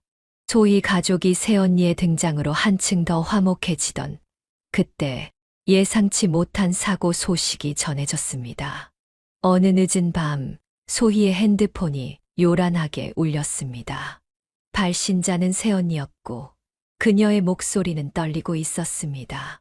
소희야, 오빠가 다쳤어. 지금 중앙병원 응급실이야. 빨리 와줘. 급하게 옷을 챙겨 입은 소희는 부모님께 상황을 설명하고 함께 병원으로 향했습니다. 알고 보니 오빠는 강도 사건 현장에 출동했다가 흉기를 든 범인을 제압하는 과정에서 복부와 팔에 심각한 자상을 입은 상태였습니다. 다행히 생명에는 지장이 없었지만 수술이 필요한 상황이었습니다. 병원 대기실에서 소희는 새언니가 의사와 이야기하는 모습을 지켜봤습니다. 평소 밝고 차분했던 새언니의 얼굴은 창백했고 눈가에는 눈물이 고여 있었지만 의사의 설명을 놓치지 않으려 필사적으로 집중하고 있었습니다. 의사가 떠난 후 새언니는 소희의 부모님 앞에서 흐느끼며 말했습니다. 걱정 마세요. 의사 선생님이 큰 혈관은 다치지 않았대요. 제가 무슨 일이 있어도 건강하게 회복시켜 드릴게요. 병원에서 계속 지킬 거예요. 수술은 성공적으로 끝났지만 오빠의 회복 과정은 쉽지 않았습니다. 팔의 신경이 손상되어 재활치료가 필요했고 복부 상처도 조심스러운 관리가 필요했습니다. 새언니는 경찰서에 휴가를 내고 병원에서 오빠의 곁을 지켰습니다. 그녀는 모든 간호사의 지시를 꼼꼼히 메모했고 오빠의 식사부터 투약, 운동까지 세심하게 챙겼습니다.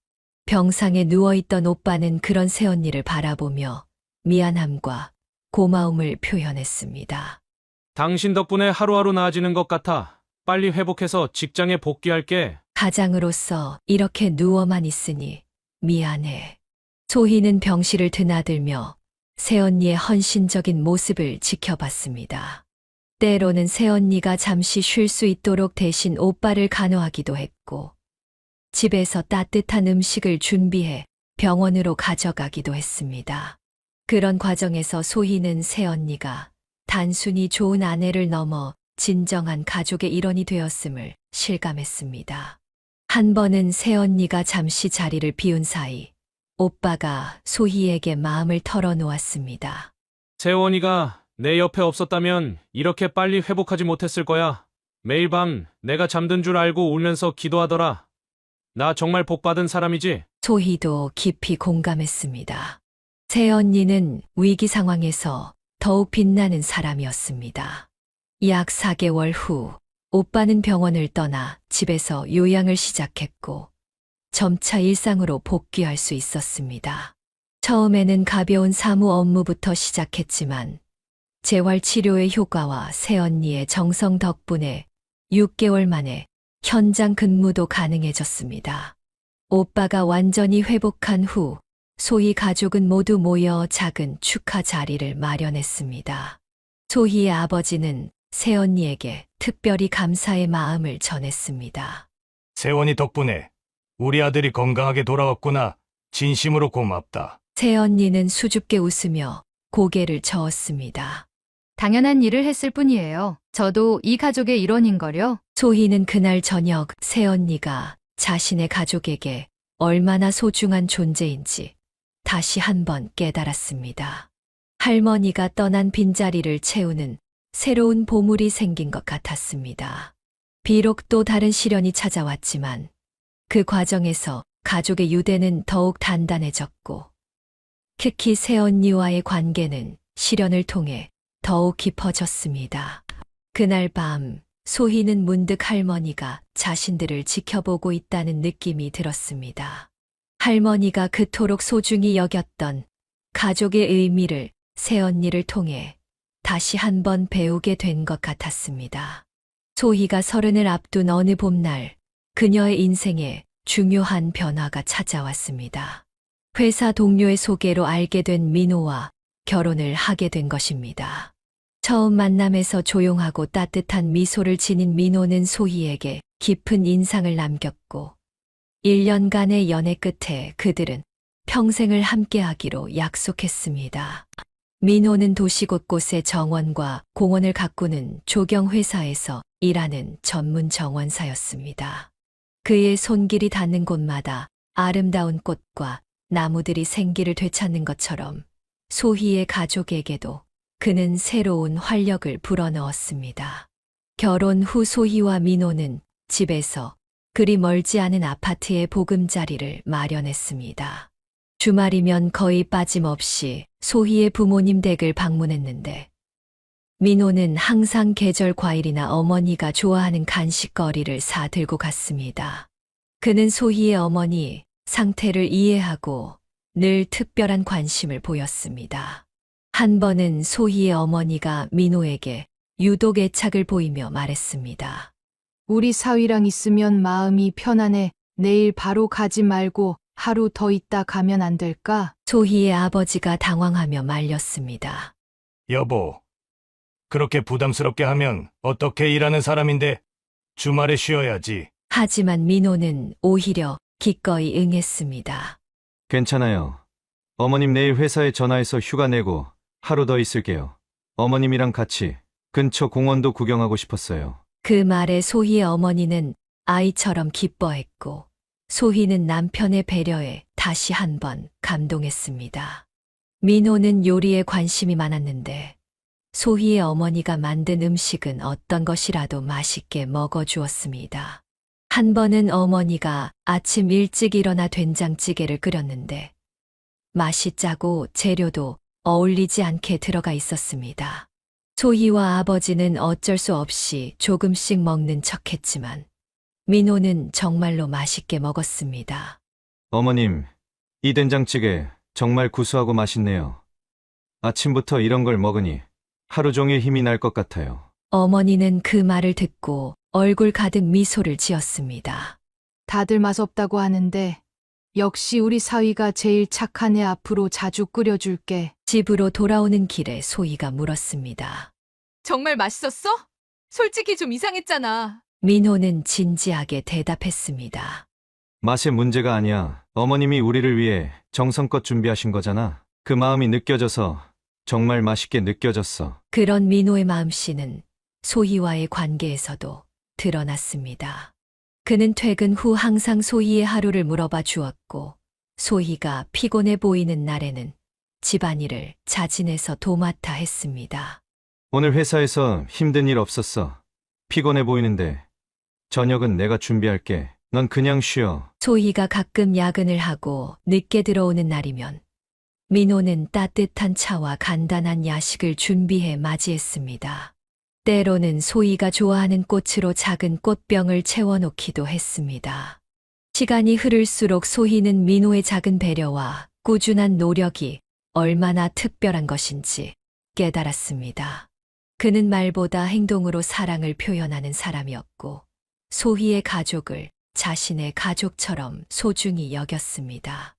특히 소희의 어머니를 대하는 태도는 참으로 감동적이었습니다. 그는 어머니의 반복적인 질문에도 인내심을 갖고 대답했고, 어머니가 이해하기 쉽도록 천천히 설명해 주었습니다. 소희는 종종 민호가 자신의 아버지와 함께 어머니를 산책시키는 모습을 바라보며 할머니가 바라던 가족의 모습이 이어지고 있다는 생각에 마음이 따뜻해졌습니다. 민호의 가족들도 소희를 따뜻하게 맞아주었습니다. 시부모님은 소희를 친딸처럼 아껴주셨고, 시동생 형수가 된 소희에게 존경심을 표했습니다. 하지만 한 사람만은 예외였습니다. 바로 소희의 동서 지연이었습니다. 지연은 소희보다 2년 먼저 결혼해 이미 3살백의 아들을 두고 있었고, 소희가 시댁 식구가 되었을 때는 둘째를 임신한 상태였습니다. 처음 만났을 때부터 그녀는 소희에게 냉담한 태도를 보였습니다. 시댁 가족들이 모인 자리에서 음식 준비를 할 때 지연은 언제나 임신을 핑계로 자리를 피했습니다. 형님, 저는 임신했으니까 주방일 안 해도 되죠? 형님은 아직 아이도 없고 건강하시니 충분히 하실 수 있잖아요. 소희는 비록 마음에 들지 않았지만 임산부를 배려하는 마음으로 수긍했습니다. 그래. 몸 상태도 안 좋을 텐데 편하게 쉬어. 내가 어머님이랑 같이 할게. 하지만 이런 일이 반복되면서 소희는 동서의 행동이 단순한 컨디션 문제를 넘어선다는 것을 깨달았습니다. 지연은 기회가 있을 때마다 소희를 깎아내리고 불편하게 만들었습니다.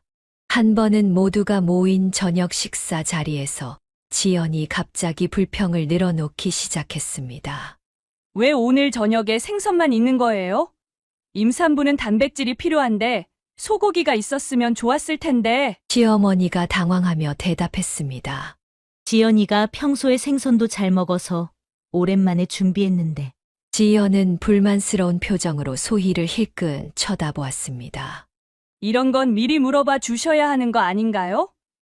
임산부 식단은 특별히 신경 써야 하는데. 소희가 조심스럽게 말했습니다. 미리 말해줬으면 준비했을 텐데. 다음에는 어떤 음식이 먹고 싶은지 알려줘. 그걸 꼭 제가 먼저 얘기해야 돼요? 가족들이 알아서 챙겨주는 게 맞지 않나요? 이런 날카로운 대화가 계속되면서 소희는 동서와의 관계가 순탄치 않을 것임을 예감했습니다. 지연이 둘째 아이를 출산했을 때 소희는 정성껏 아기 옷과 신발을 선물로 준비했습니다.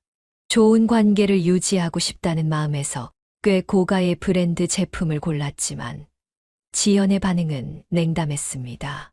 형님, 이제 보니 정말 센스가 없으시네요. 이런 아기 옷이나 신발은 친구들한테 흔히 받는 선물인데 가족이면 이것보다 더 특별한 걸 해줘야 하는 거 아닌가요? 소희는 당황했습니다. 내가 정성껏 고른 건데 그렇게 마음에 안 들어? 원한다면 다른 걸로 바꿔줄 수도 있어. 이미 받은 걸 돌려달라고 하실 건가요? 전 그냥 형님이 센스가 없다고 말씀드린 것뿐인데요. 소희는 입술을 깨물며 더 이상의 말다툼을 피했습니다. 하지만 지연의 말이 그녀의 마음에 상처를 남긴 것은 사실이었습니다. 더 견디기 힘들었던 것은 지연이 자주 형님은 아직 아이가 없어서 모르시겠지만 이라는 말을 했다는 점이었습니다. 사실 소희와 민호는 결혼 후 아이를 갖기 위해 노력하고 있었지만 아직 성공하지 못한 상태였습니다.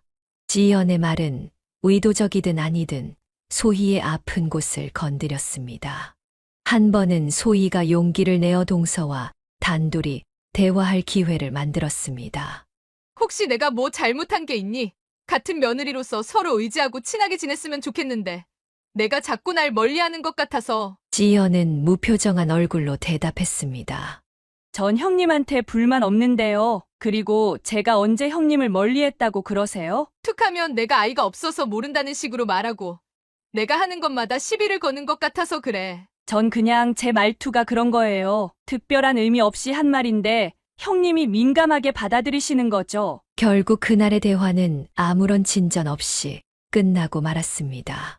소희는 시댁에 갈 때마다 동서와의 어색한 관계로 인해 마음이 무거웠지만 가족의 화목을 위해 표면적으로나마 친절을 유지하려 노력했습니다. 결혼 2년이 지나도록 소희와 민호 부부에게 임신 소식은 찾아오지 않았습니다. 처음에는 때가 되면 자연스럽게 생기겠지라고 생각했지만 이 시간이 갈수록 두 사람은 불안해지기 시작했습니다. 결국 그들은 난임 전문 병원을 찾아 검사를 받기로 결정했습니다. 병원에서 여러 검사를 거친 후 의사는 소희 부부에게 난임 치료를 시작할 것을 권했습니다. 소희는 배란 유도제부터 시작해 여러 단계의 치료를 받았고 결국 시험관 시술까지 시도했지만 번번이 실패했습니다.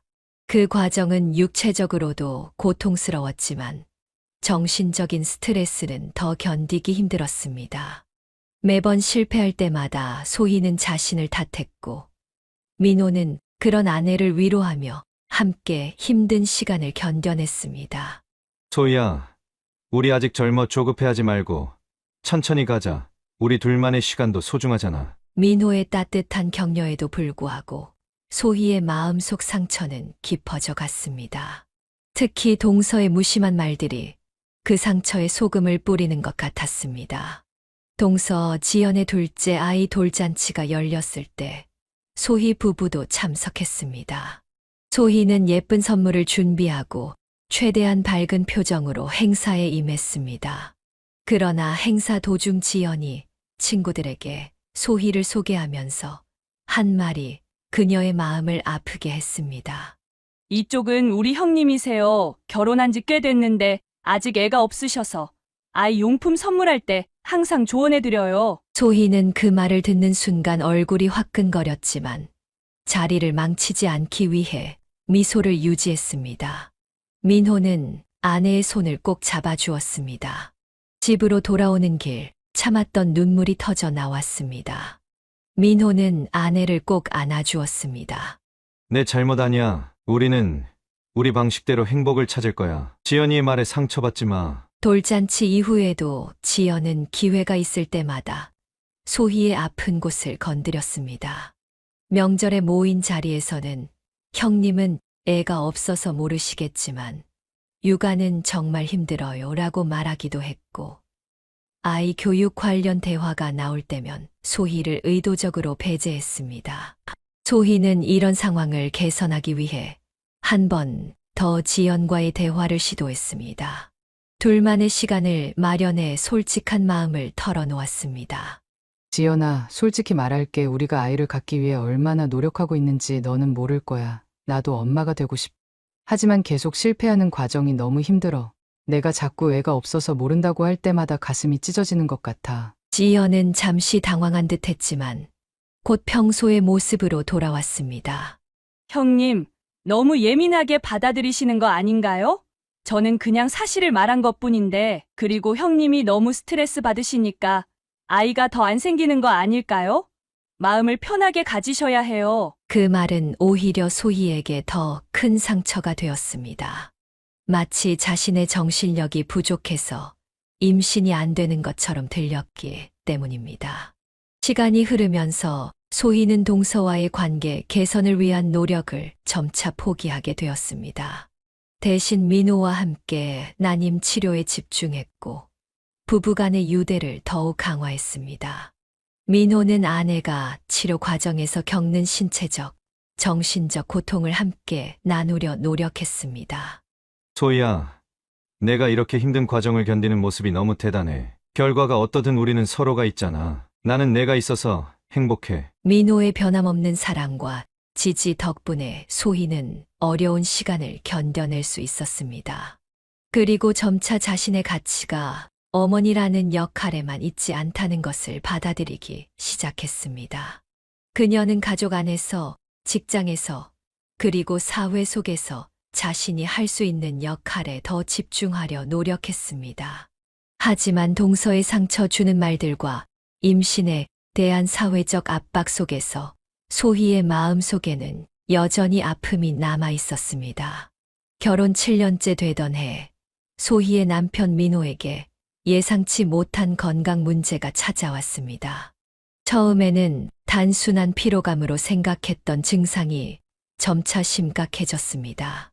민호는 지속적인 피로와 함께 피부가 가려워지고 얼굴과 눈 주위가 노랗게 변하기 시작했습니다.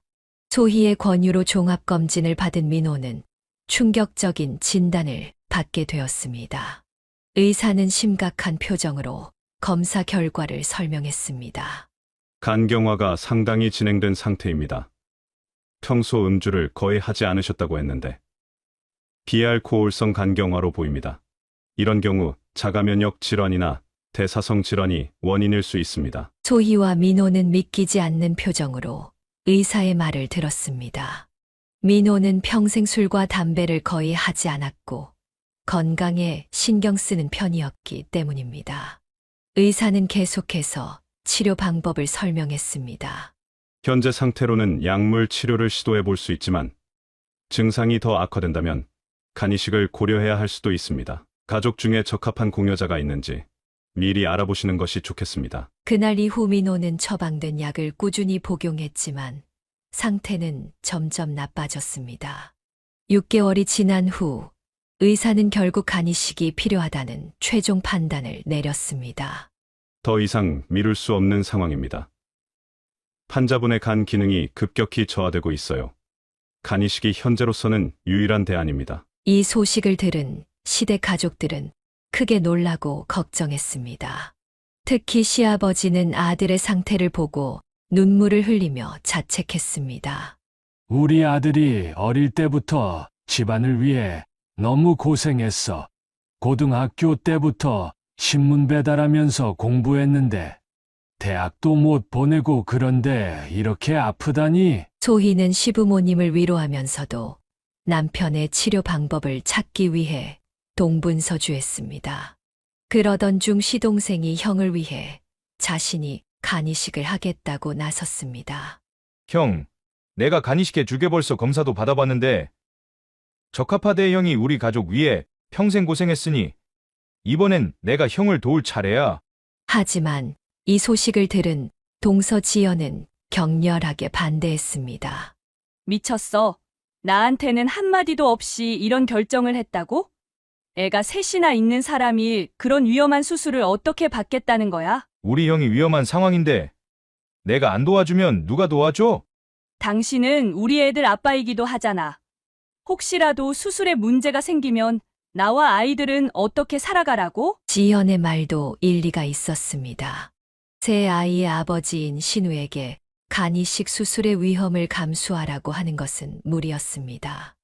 소희도 이 점을 이해했기에 말리지 않았지만 남편의 생명이 위태로운 상황에서 다른 방법을 찾아야 했습니다. 깊은 고민 끝에 소희는 스스로 결정을 내렸습니다. 몰래 병원에 가서 간이식 적합성 검사를 받았고 다행히 적합 판정을 받았습니다. 가족들이 모인 자리에서 소희는 자신의 결정을 알렸습니다. 제가 민호 씨에게 간이식을 하겠습니다. 이미 검사를 마쳤고 적합하다는 결과가 나왔어요. 서방님은 아이들이 있으니 건강하게 가족을 돌봐야 해요. 이 발표에 모두가 놀랐고 민호는 소희의 손을 잡으며 울먹였습니다. 안 돼. 소희야, 내가 그런 위험한 수술을 받게 할 수는 없어. 차라리 내가... 그러나 소희의 결심은 확고했습니다. 그런데 이때 동서 지연이 코웃음을 치며 말했습니다. 진작에 형님이 한다고 하시지 그랬어요. 괜히 우리 신우 때문에 걱정하게 만들고 당연히 해야 할 일을 뭐 그렇게 대단한 일처럼 말씀하세요. 그 말에 시동생 신우가 분노했습니다. 정신 차려. 형수님이 얼마나 큰 결정을 하신 건지 알아? 그런 수술이 쉬운 줄 알아? 형수님이 형을 위해 그런 희생을 감수하시는데 내가 뭔 자격으로 그런 말을 해? 가족들 사이에 긴장이 감돌았고 민호는 괴로워하며 소희에게 다시 한 번 말했습니다. 소희야, 정말 이러지 마. 내가 아픈 건 내 문제야. 당신까지 고통받게 할 수는 없어. 그러나 소희의 마음은 이미 정해져 있었습니다. 그녀는 친정 부모님께도 상황을 설명하고 허락을 구했습니다. 처음에는 걱정하셨지만 소희의 강한 의지를 존중해 주셨습니다. 간이식 수술 날짜가 정해지고 소희와 민호는 함께 병원에 입원했습니다. 수술 전날 밤 소희는 불안함보다는 희망으로 가득 찼습니다. 민호가 건강을 되찾을 수 있다는 생각에 마음이 편안했습니다. 수술은 예상보다 순조롭게 진행되었습니다. 의료진은 소희의 간 일부를 민호에게 이식하는 데 성공했고 두 사람 모두 합병증 없이 회복 단계에 접어들었습니다. 시부모님과 친정 부모님은 병원에서 번갈아가며 두 사람을 간호했습니다. 회복 과정에서 민호는 소희에게 미안함과 감사함을 계속해서 표현했습니다. 내가 정말 미안해. 당신 때문에 이런 큰 수술까지 받게 하고. 소희는 남편의 손을 꼭 잡으며 웃었습니다. 이제 우리는 정말 한 몸이 된 거야. 내 간이 내 몸에서 살고 있으니까 일심동체라는 말이 이런 걸 두고 하는 말인가 봐. 퇴원 후 시부모님은 소희를 극진히 보살폈습니다. 시어머니는 소희가 시댁을 방문할 때마다 특별히 신경 썼습니다. 아이고, 몸도 안 좋을 텐데 왜 왔어? 따뜻한 방 준비해놨으니 들어가서 쉬어라. 시어머니는 소희의 건강을 위해 음식도 특별히 준비했습니다. 간 수술 후에는 염분이 적은 음식이 좋다고 하여 모든 반찬을 싱겁게 만들었습니다. 수술 3개월 후 병원 검진에서 기쁜 소식이 전해졌습니다. 소희의 간이 놀라운 속도로 재생되어 이미 85%까지 회복되었다는 것이었습니다. 의사는 소희의 젊은 나이와 건강한 체질 덕분이라고 설명했습니다. 이 소식을 들은 시어머니는 안도의 한숨을 내쉬었습니다. 정말 다행이다. 우리 며느리 간을 떼어낸 것 같아서 마음이 너무 아팠는데 이렇게 빨리 회복된다니 정말 고맙구나. 그러나 그 자리에 함께 있던 동서 지연은 여전히 냉담한 태도를 보였습니다. 참, 다들 너무 유난히시네요. 어차피 다시 자라는 간인데 뭐 그리 대단한 일인가요? 누가 보면 죽다 살아난 줄 알겠어요. 시어머니는 동서의 말에 눈살을 찌푸렸지만 그 자리에서는 더 이상 말하지 않았습니다. 그러던 중 추석 명절이 찾아왔고 시댁 식구들이 모두 모였습니다. 음식 준비와 차례 후 가족들은 담소를 나누며 휴식을 취했습니다. 소희는 수술 후 회복 중이었지만 컨디션이 점차 좋아지고 있었습니다. 배가 고파진 소희는 주방에 가서 간식을 먹으려 했습니다. 그때 동서 지연이 아이들에게 밥을 먹이고 있었는데 소희를 보자마자 또 다시 시비를 걸었습니다. 아유, 점심 먹은 지 얼마나 됐다고 벌써 또 먹어요? 애도 못 낳는 사람이 먹는 건 참 잘하네요. 소희는 충격을 받았습니다.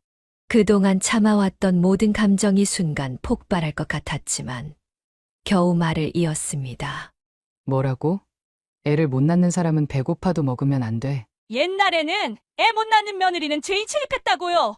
결혼한 지 10년 다 되어 가는데 애 한 명도 못 낳았으면 밥이라도 좀 눈치 보면서 먹어야 하는 거 아닌가요?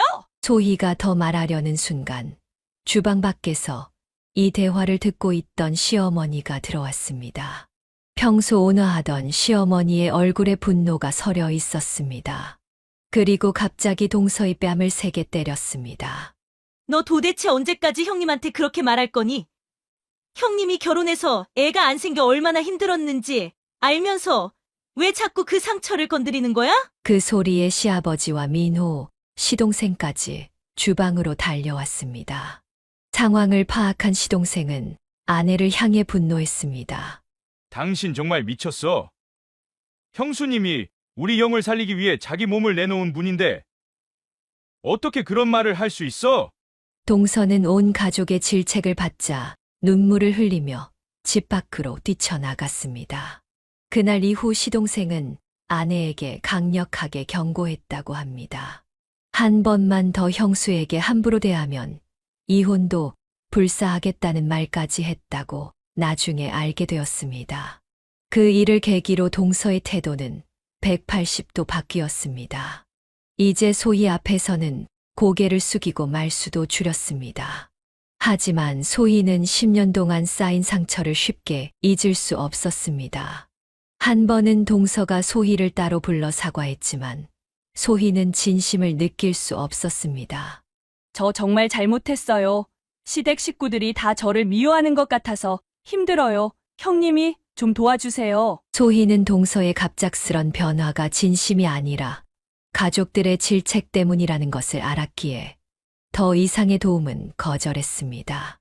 간이식 수술 이후 1년이 지났을 무렵 소희와 민호의 건강은 모두 완전히 회복되었습니다. 두 사람은 어느 봄날 저녁 창가에 앉아 앞으로의 삶에 대해 깊은 대화를 나누었습니다. 그동안 아이를 갖기 위해 온갖 노력을 해왔지만 이제는 다른 방향으로 생각해 볼 때가 되었습니다. 소희야, 우리 이제 어떻게 할까? 우리 둘만의 삶도 충분히 행복하지만 민호의 말을 듣던 소희는 문득 며칠 전 뉴스에서 본 해외 입양 아동에 관한 이야기가 떠올랐습니다. 우리 입양할까 입양에 대해 생각해 본 적 있어. 아직도 우리나라에서 매년 수백 명의 아이들이 해외로 입양되고 있대. 그 아이들에게 우리가 가정을 줄 수 있다면 어떨까? 민호의 눈이 밝아졌습니다. 그는 소희의 손을 꼭 잡았습니다. 정말 좋은 생각이야. 우리가 받은 사랑을 그 아이들에게 나눠줄 수 있을 거야. 결정을 내린 두 사람은 다음 날 바로 입양기관에 연락했습니다.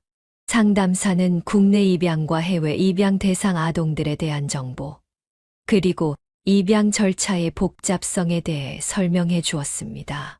소희는 예상보다 훨씬 까다로운 절차에 놀랐지만 민호와 함께 모든 과정을 하나씩 준비해 나가기로 했습니다. 그들은 먼저 가족들에게 이 결정을 알렸습니다. 소희의 부모님은 딸의 결정을 전적으로 지지해 주었습니다. 소희야, 정말 훌륭한 생각이다. 꼭 핏줄이 이어져야만 가족이 되는 건 아니란다. 할머니가 너희 엄마를 딸처럼 생각했던 것처럼 너희도 그 아이에게 진정한 부모가 될 수 있을 거야. 시부모님도 처음에는 놀라셨지만 곧 두 사람의 결정을 응원했습니다. 특히 시어머니는 눈물을 글썽이며 말씀하셨습니다.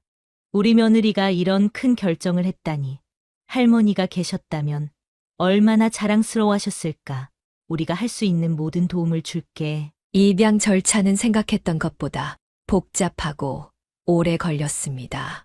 가정조사, 심리평가, 교육과정, 서류 준비 등 수많은 단계를 거쳐야 했습니다.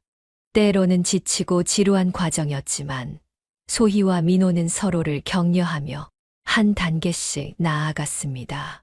그들은 입양 준비 과정에서 비슷한 상황에 있는 다른 부부들과도 교류하게 되었습니다.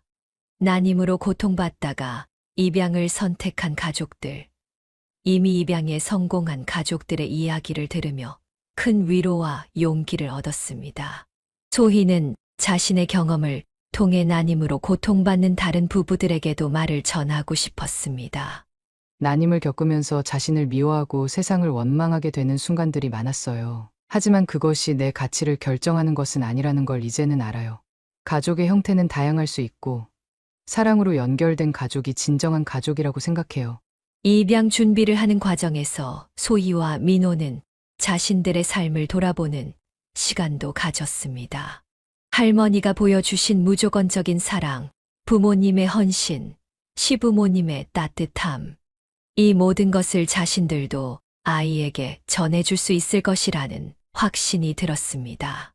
특히 소희는 어린 시절 할머니가 자신을 키워주셨던 것처럼 입양될 아이에게도 그러한 사랑을 전해주고 싶었습니다.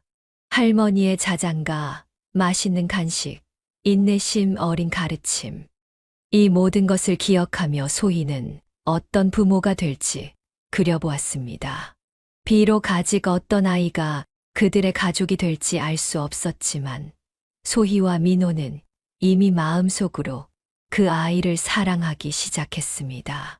그들은 아이의 방을 꾸미고 책을 모으고 아이와 함께 할 일들을 계획했습니다. 소희는 또한 자신처럼 장기 이식을 통해 가족을 구한 사람들에게도 응원의 마음을 전하고 싶었습니다. 수술은 힘들었지만 그 과정에서 가족의 소중함을 더 깊이 느꼈어요. 지금 그런 과정을 겪고 계신 분들께 꼭 말씀드리고 싶어요. 모든 고통은 지나가고 더 단단한 가족이 될 수 있다고요. 소희와 민호의 새로운 여정은 이제 막 시작되었습니다. 그들의 삶에는 여전히 불확실성과 도전이 있지만 서로를 향한 사랑과 새 가족을 맞이할 기대로 가득 차 있었습니다. 할머니가 심어준 사랑의 씨앗은 이제 새로운 형태로 계속해서 자라나고 있었습니다. 사연을 듣고 댓글을 남겨주시기 바랍니다.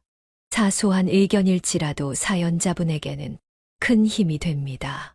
노골적인 악성 댓글은 사연자분에게 상처가 될 수 있으니 삼가주시기 바랍니다.